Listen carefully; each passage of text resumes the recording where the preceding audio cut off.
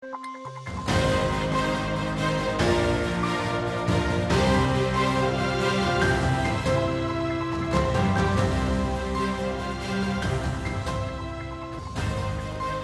Monsieur, bonsoir. Si les dernières précipitations et les chutes de neige ont redonné espoir quant à la situation hydrique dans les 4 coins du royaume, dans une région en particulier, elles sont synonymes de conditions pénibles pour des milliers de familles toujours sous les tentes, 1 an et demi après le séisme dévastateur d'El Haouz. Selon les chiffres du ministère de l'Intérieur, il reste exactement 3211 tentes sur les 35 000 installées pour les familles sinistrées. 15 000 familles ont pu retrouver leur maison reconstruite ou rénovée. Mais quid des autres qui ont perçu et perçoivent encore, pour certains, l'aide gouvernementale de 2500 dirhams mensuels? Où et comment vivent-elles? Quid aussi des dossiers en suspens? À qui incombe la responsabilité de ce retard? Est-ce une question de budget, de gouvernance? Si le budget de l'État permet de reconstruire 120 milliards de dirhams en l'occurrence sur 5 ans, pourquoi un gouvernement prônant l'État social permet-il une telle situation alors qu'il dispose, grâce aux orientations royales, d'une agence pour le développement de la classe qui est, soit dit en passant, absente? D'où la question fondamentale. Pour un projet tel que la reconstruction de villages entiers détruits par une catastrophe naturelle, faut-il la politique d'un État social ou celle plus engageante d'un État-providence?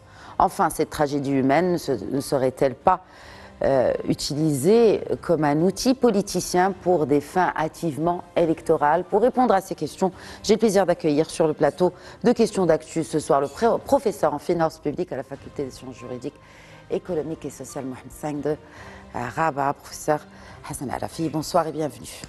Bonsoir. Et un plaisir renouvelé d'accueillir l'architecte urbaniste et écrivain Rachid Boufous. Bonsoir et bienvenue à vous également dans Questions d'actu une nouvelle fois. Bonsoir et merci pour l'invitation. Merci à vous de l'accepter. Avant de commencer, ou pour commencer, je vous propose d'aller justement dans la province d'El Haouz, plus précisément dans le village de Marira, près d'Ouirgan. Nos équipes se sont déplacées à la rencontre des familles et pour aussi voir l'état d'avancement des travaux de reconstruction. C'est un reportage signé Ilham Barada à la caméra Hayat Ziani. Nous sommes dans la province d'El Haouz et plus précisément à Douar Marira, une des zones sinistrées du séisme qui a frappé le Maroc le 8 septembre 2023. Nous avons rendu visite à la famille Zaïd qui a perdu la demeure familiale. Aujourd'hui, dans ces installations de fortune, les femmes de la maison gèrent tant bien que mal leur quotidien. C'est leur fils Ahmed qui s'attelle à la reconstruction de leur nouvelle maison qui a bénéficié de l'aide de 80 000 dirhams.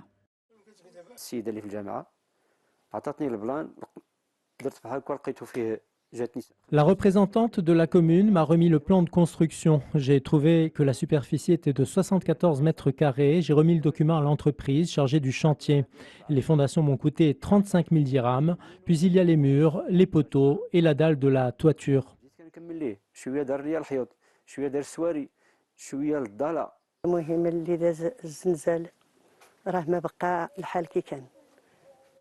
La situation a complètement changé depuis que le séisme a frappé.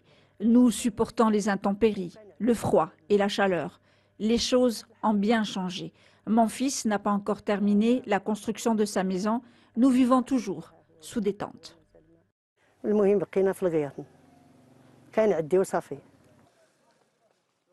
Dans la province d'El Haouz, ce sont plus de 24 000 constructions qui sont programmées.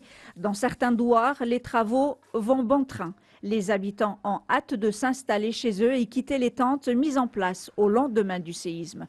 Au siège de la province, la cellule de suivi est à l'écoute des bénéficiaires. حاليا أزيد من 14500 منزل أو أسرة تقطن بمنازلها من أصل Actuellement, plus de 14 500 maisons sont déjà construites sur un total de 26 252 bénéficiaires. Ce que je peux fournir comme statistique au niveau de la province d'Al Haouz, 1250 foyers ont bénéficié d'un soutien direct mensuel d'un montant de 2500 dirhams pour l'hébergement ou des frais de loyer. Sur les 26 252 qui ont bénéficié d'un soutien pour la reconstruction, 14 500 sont déjà relogés, 3 000 sont dans les dernières étapes de construction. Il est prévu qu'ils se terminent dans 2 mois au plus tard.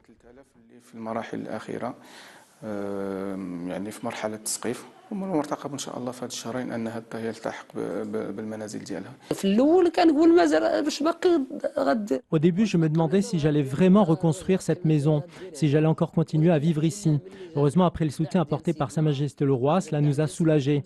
Nous avons pu nous réinstaller et voilà, nous avons commencé une nouvelle vie. درنا بعدا فين ندخلوا للدار والحمد لله حنا بدينا عاوتاني حياة جديدة.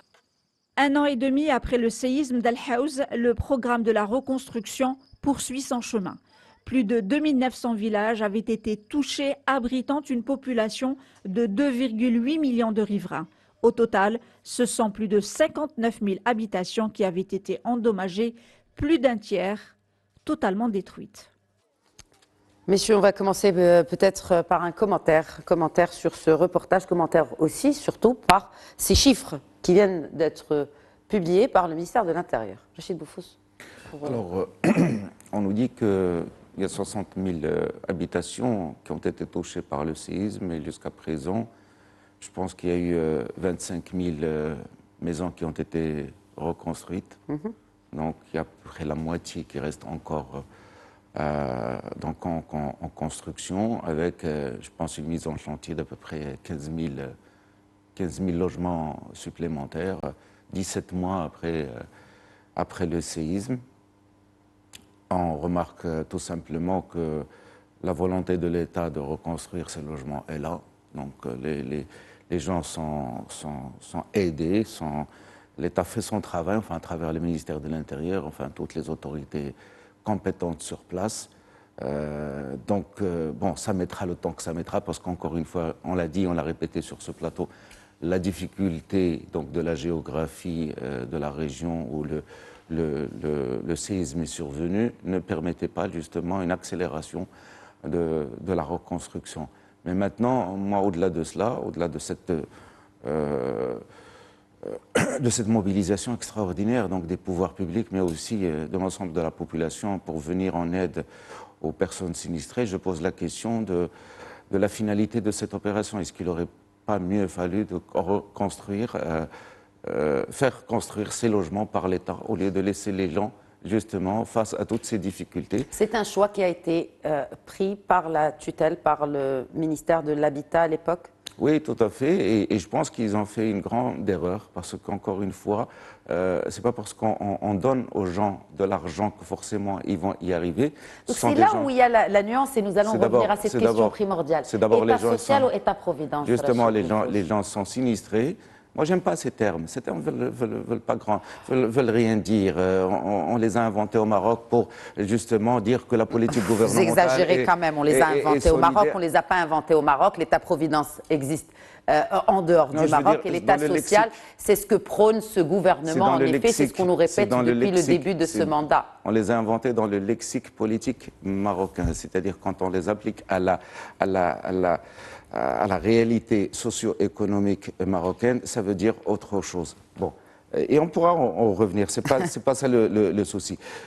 Moi, en tant qu'architecte urbaniste, je n'aurais jamais gardé les gens dans les zones sinistrées, c'est-à-dire dans la montagne. La montagne est un espace dangereux, c'est un espace difficile, c'est un espace contraint. Il aurait mieux fallu reloger l'ensemble de ces populations, ces 300 000 habitants, même plus, de les descendre de la montagne vers les plaines, vers des endroits sécurisés à proximité des routes nationales où on aurait pu construire avec plus de sécurité, des logements sécurisés avec des règles de parasismiques avérées et contrôlées. Et en plus, on aurait pu construire avec beaucoup plus de facilité des équipements, des écoles, des collèges, des lycées, des centres de santé, des foyers féminins, même des librairies, des bibliothèques. Enfin, dans des zones où aujourd'hui ça aurait été beaucoup plus simple de le faire, c'est-à-dire dans la plaine, dans des zones sécurisées. On a préféré garder ces gens dans la montagne. On voit aujourd'hui le résultat. Et puis le mode pour faire ce projet, enfin pour le réaliser, à savoir on donne aux gens de l'argent et on leur dit débrouillez-vous pour aller chercher les artisans qui vont construire pour vous. Aujourd'hui en hiver, le problème du retard est dû justement que ces ouvriers ne veulent plus remonter donc des villes, de Marrakech, de Haouz, etc., vers la montagne. Et je les comprends encore une fois. Qui irait construire en pleine neige et en plein froid en hiver? On aurait donné ça à des entrepreneurs ou à des promoteurs dans le cadre d'un partenariat public-privé. On aurait réussi cette opération, on l'aurait bouclé en 1 an et demi, 2 ans, on aurait construit même 60 000 logements. Ça, on peut le faire. Au Maroc, un seul promoteur peut construire jusqu'à 25 000 logements par an. 60 000 logements, ce n'est pas quelque chose qui nous dépasse. À un moment où nous réalisons des prouesses aujourd'hui avec des stades que nous réalisons en moins d'1 an, d'accord, on n'arrive même pas à construire 60 logements.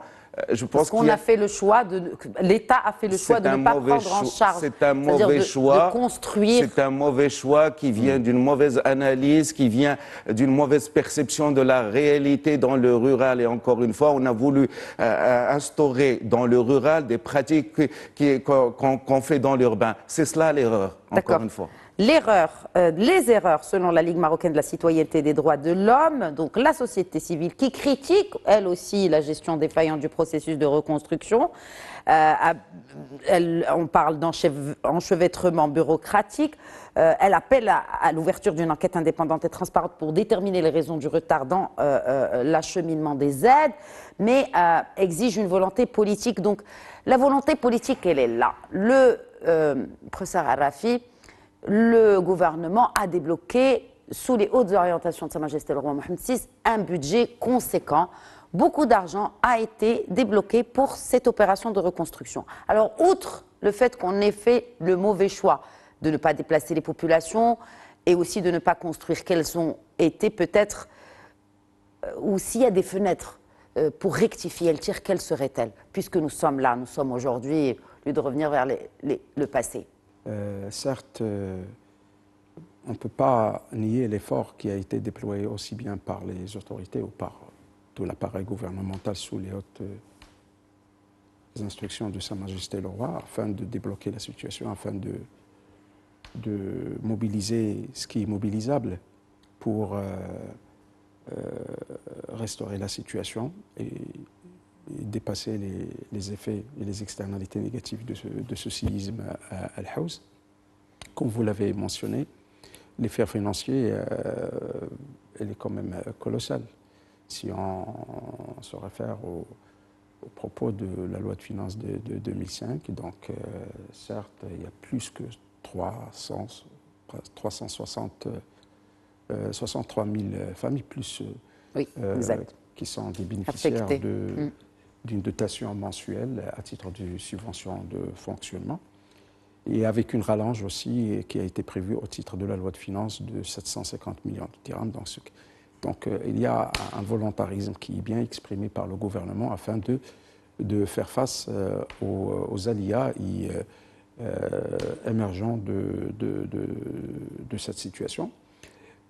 Également, plus que 5 000 familles ont bénéficié de la dotation soit pour reconstruire à nouveau leur logement en bénéficiant de 140 000 logements ou pour la réhabilitation et la restauration de leur logement à 80 000 dirhams. Bon. Les autorités sur place, avec le comité de veille et de suivi, comme vous l'avez montré, ils sont en train de faire un travail. Et ils sont face à une population qui est résignée et désemparée. Donc, certes. Alors, où ça coince? Et c'est ça la question. Et donc, la volonté, elle est là, l'argent, il est mobilisé. Est-ce qu'il est suffisant ou pas? Ça, c'est. Je pense que jusqu'à l'heure actuelle, on n'est pas à 50% de ce qui a été prévu. Il était prévu 50 000 logements, 60 000 logements à restaurer, à refaire. Oui. Aujourd'hui, d'après les statistiques qu'on vient d'écouter, nous sommes à 24 000. avec un chiffre qui a été mentionné au titre de la loi de Vilnius, que plus que 80% des personnes qui ont demandé le permis d'habiter, ils ont commencé la construction. Mais le verre est dans le fruit. Le verre est dans le fruit, dans la mesure où est-ce que, parce qu'il faut expliquer ce retard monstrueux. Jusqu'à l'heure actuelle, les gens ils sont délabrés ou ils sont logés dans des conditions qui sont indécentes.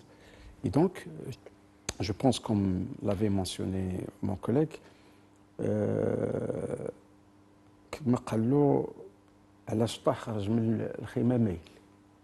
parce qu'au départ, est-ce que la solution pour laquelle avait opté le gouvernement c'était la solution intelligente ou opportune?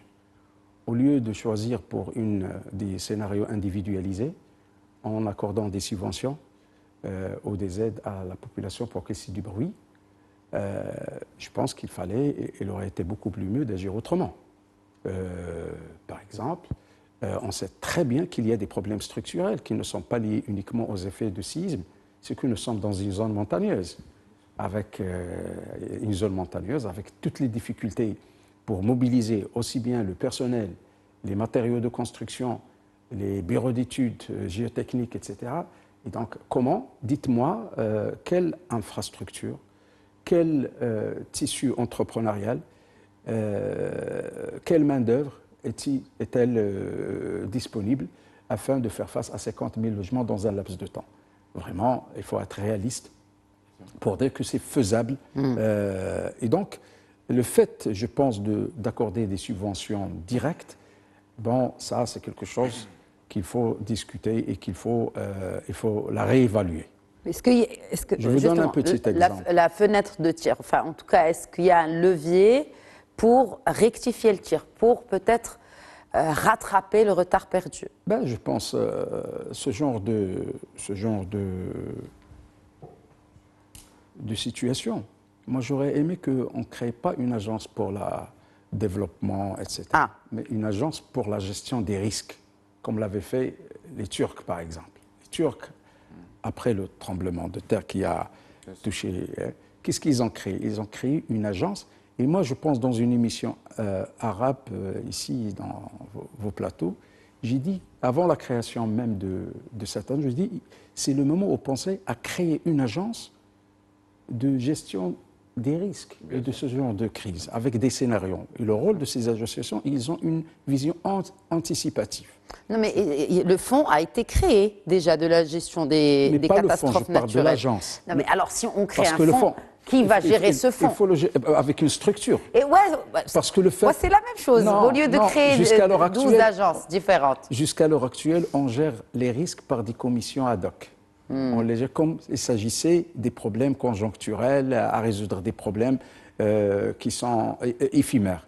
Alors non, je pense que si on a une agence de gestion des risques bien structurée, qui a des cartographies, qui peut prévenir les scénarios possibles pour aboutir ou pour atteindre les objectifs, l'échange aurait été beaucoup plus mieux que ce que nous sommes en train de vivre aujourd'hui. Aujourd'hui, les solutions sont la résultante des commissions, des réunions ministérielles et parfois in extremis, on fait sortir une décision comme ça, et sont mesurés les impacts en amont et en aval de cette décision. Aujourd'hui, je vous donne une petite illustration. Est-ce qu'on a pensé à ce scénario lorsqu'on a accordé une subvention? On accorde une subvention sur vous donnez à quelqu'un qui est déjà dans la vulnérabilité, vous lui donnez une avance de 20 000 dirhams, alors qu'il n'a aucun sou, pour pouvoir préparer la reconstruction de son immeuble. Et il n'a pas d'autorisation, il ne peut pas. Il va la dépenser, parce qu'il en a besoin. Du coup, s'il a dépensé à l'État de construire après, parce qu'ils n'ont plus les fonds pour construire eux-mêmes. Non, mais répondez... Si on devait prendre ce scénario qui est aujourd'hui, c'est le cas aujourd'hui, est-ce que cela veut dire que les gens qui n'ont plus les fonds pour construire leur propre maison, ce sera à l'État de mettre la main à la poche une nouvelle fois pour leur construire la maison? C'est pour ça que je disais quels seraient les résultats ou quelles seraient les solutions. Moi, je pense aujourd'hui, on est en train de dire et de justifier d'après les déclarations et les assertions officielles, que le choix qu'on a adopté, c'était le seul choix ou le bon choix. Et donc, chaque fois, on fait sortir des chiffres. Mais à un certain moment, c'est vrai que les solutions, ils demandent certaines préagressivité. Mais à un certain moment, il faut avoir une attitude claire. J'aurais aimé, pour gérer les coûts fixes et faire une économie d'échelle et standardiser les normes de construction, je pense, de faire fonctionner cette agence, l'agence de développement des Grands, pour s'occuper du reste, pour s'occuper de la construction des logements. Il faut l'activer, en fait. Elle existe, il faut juste l'activer. On a l'impression, moi j'ai raisonné de cette façon, quand j'ai vu que le gouvernement avait préféré la solution politiquement vendable, c'est de distribuer des subventions directes. Au lieu d'avoir un montage financier dans lequel il peut prendre en charge la maîtrise d'ouvrage du sujet. D'accord. Et de l'autre côté, on a créé l'agence. J'ai dit peut-être l'agence, il va s'occuper uniquement de tout ce qui est infrastructure, les services publics, etc. Je pense, il est toujours faisable aujourd'hui, pour la moitié des personnes qui n'ont pas encore bénéficié de subventions directes, pour prendre en charge la construction de leur maison. Je pense, à mon avis, mais je parle sous le contrôle des spécialistes dans le domaine de la construction et dans le domaine de la restauration, pour optimiser et faire sortir cette population de leur marasme. Alors, volonté politique, on le voit, le gouvernement ne réagit pas. Bon, à part bien sûr le ministère de l'Intérieur qui a été interpellé, le ministre a été interpellé au Parlement. Il y a aussi eu cette réaction du secrétaire d'État chargé de l'artisanat et de l'économie sociale et solidaire qui a démenti les allégations de certaines parties, que ce soit sur la scène politique ou sur les plateformes de réseaux sociaux, visant à ternir l'image de notre pays en diffusant des informations erronées sur la situation des habitants d'Al-Haouz. Il a estimé que ces actions sont motivées soit par des règlements de compte politiques, soit par la recherche de vues sur Internet. Commentaire, messieurs. Il y a l'opposition aussi qui appelle le gouvernement à assumer ses responsabilités de ce retard inacceptable qu'est l'approche idoine pour protéger d'abord les droits en période de crise, sans en faire un argument électoral. Rachid Boufous. Aujourd'hui, remettre en cause la véracité des images que nous voyons sur les réseaux sociaux ou dans des moyens, des canaux de la presse écrite. Quand nous voyons la détresse de ces gens, elle est là. On ne peut pas la nier, on ne peut pas la remettre en cause. Dire aujourd'hui qu'on utilise ces choses-là à des buts politico-politiciens, c'est le ministre que vous citez, il est dans son rôle de mettre de la surenchère et de mettre la responsabilité du gouvernement sur le dos des agissements, soi-disant, d'une opposition, d'ailleurs, qui n'existe absolument pas. Hein. De toute façon, la majorité des partis sont au gouvernement. Hein. Quand on voit l'opposition, elle est vraiment... C'est une majorité numérique. Elle est numérique, elle est aussi réelle. Donc, encore une fois, ce qu'on voit dans l'opposition, elle est vraiment famélique. Donc, franchement, de quoi on parle? Maintenant, il faut assumer ses responsabilités au bout d'un moment. Et puis dire... Est-ce qu'on a réussi cette opération ou on a échoué? Moi, je pense que le gouvernement a échoué. Et il faut le reconnaître. Et encore une fois, comme l'a dit mon collègue, pour ceux qui restent, sauvons ceux qui restent. Comment? En construisant, que l'État prenne ses responsabilités. Alors, ça veut dire que l'État va mettre la main à la poche deux fois. Il a l'obligation de mettre la main non seulement à la poche, mais de prendre ses responsabilités et de construire lui-même dans des conditions sécurisées, éviter tous les problèmes que la presse a relatés, vous-même ici sur ce plateau, face à des entrepreneurs véreux qui ont été poursuivis, justement, qui ont détourné l'argent et qui ont spolié plus d'une vingtaine de familles dans le house. Encore une fois, vous l'avez très bien dit, on donne de l'argent à quelqu'un qui est très sinistré, qui a une situation précaire qui a 0 dirham, bien sûr qu'il va manger ces 20 000 dirhams ou ces 30 000 ou ces 40 000 dirhams pour améliorer que son quotidien. Mais en parlant de quotidien, pourquoi il n'y a pas de suivi quotidien? Pourquoi il n'y a pas de rapport sur l'avancement? Pourquoi voulez-vous que les gens qui sont déjà mobilisés... Où sont les rapports réguliers de distribution des aides? Il y a des centaines de gens, des autorités locales qui sont sur place, dans des commissions. Ils font un travail extraordinaire. Et je veux les saluer, tous ces gens, des collectivités territoriales et surtout du ministère de l'Intérieur et aussi des forces de sécurité qui font un travail extraordinaire, non seulement de maintien de l'ordre, mais de suivi. Il faut calmer aussi ces gens, il faut savoir dans quelles conditions psychologiques ils sont. Donc il faut leur apporter de l'espoir. Et d'un autre côté, madame, vous avez un gouvernement qui a opté pour une mauvaise solution et qui ne veut pas assumer ses responsabilités. Moi, je dis, ce n'est pas un problème. Prenons le taureau par les cornes. Disons qu'aujourd'hui, nous devons assumer notre responsabilité en tant qu'État, en tant que gouvernement, ce qui se fait dans le monde entier en cas de sinistre, et allons construire nous-mêmes ces logements. On fait d'abord rentrer ces gens dans ces logements, on se débrouillera. On réfléchira après sur le mode de cession de ces logements, mais au moins on les sort des intempéries, on les sort du froid, on les sort de la neige, de ces tentes de plastique totalement hideuses et ils n'ont ni eau courante ni rien du tout. Est-ce qu'ils font même leurs besoins? Imaginez, c'est très difficile. Et aucun membre de gouvernement n'a pris la peine d'aller passer ne serait-ce qu'une soirée du Ramadan avec ces gens. D'accord? On a passé un ftor avec eux. Il y a quand même des choses. Il y a des choses simples à faire, ne serait-ce que de se montrer. Le Premier ministre est absent, la ministre de l'Urbanisme est absente, tous les ministres sont absents. Alors, qui travaille aujourd'hui? Il n'y a que le ministre de l'Intérieur. Alors, il faut quand même être réaliste. Pourquoi alors ces gens-là font de la politique? Pourquoi ils promettent des gens? Et vous allez voir, au mois de juin, au mois de juillet, quand la campagne électorale va démarrer pour 2026, elle a déjà démarré. Vous allez voir la campagne a déjà démarré, Rachid. Vous allez voir, pas sans l'ignorer. Vous allez voir la surenchère des promesses et les visites sur place, etc. à but uniquement électoraliste. C'est maintenant que les gens du House ont besoin de la solidarité gouvernementale, ont besoin de la présence de tous ces ministres qui pérorent sur les plateaux en disant nous avons fait, nous avons fait. Vous parlez de cet état social, état solidaire, etc. C'est maintenant, durant ce mois sacré de Ramadan, qu'il doit être vraiment personnifié, matérialisé sur place et non dans les salons. Merci beaucoup Hassan Arafi, toujours un plaisir. Rachid Boufous, mais remercie encore une fois. C'est la fin de cet épisode de Questions d'actu. Très bonne soirée à tous.